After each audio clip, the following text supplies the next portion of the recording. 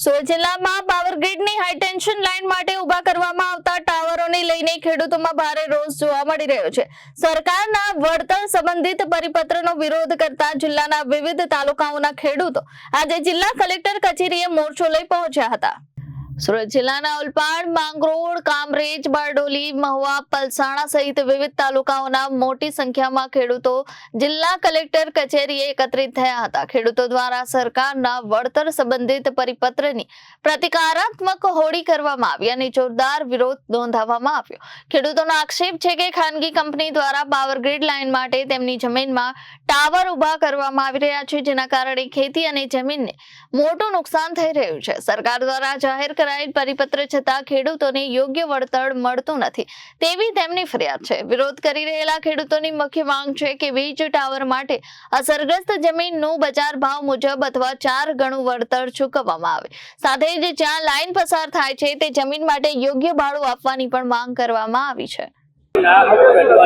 Jayesh Patel, convener કિસાન સંઘર્ષ સમિતિ અને પ્રમુખ કિસાન કોંગ્રેસ ગુજરાત।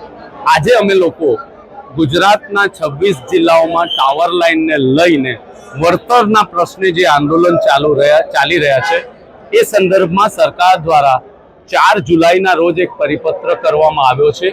એ પરિપત્ર અમારી જે માંગ છે, અમે માંગણી કરીએ છીએ બજાર કિંમતના 4 ગણા અથવા 50,000 રૂપિયા માસિક ભાડું અથવા થાંભલા દીઠ 2 કરોડ રૂપિયા વળતરની અમારી મુખ્ય માંગણીઓ છે।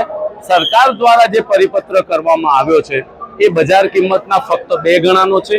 એ વાત અમને સ્વીકાર્ય નથી, એટલે એ પરિપત્રનો વિરોધ કરવાનું આવેદન લઈને અમે માન્ય મુખ્યમંત્રીશ્રીને આવેદન કલેક્ટરના માધ્યમથી પહોંચાડવા માટે આવ્યા છીએ। ઓલપાડ તાલુકાના અસરગ્રસ્ત ખેડૂતો છે।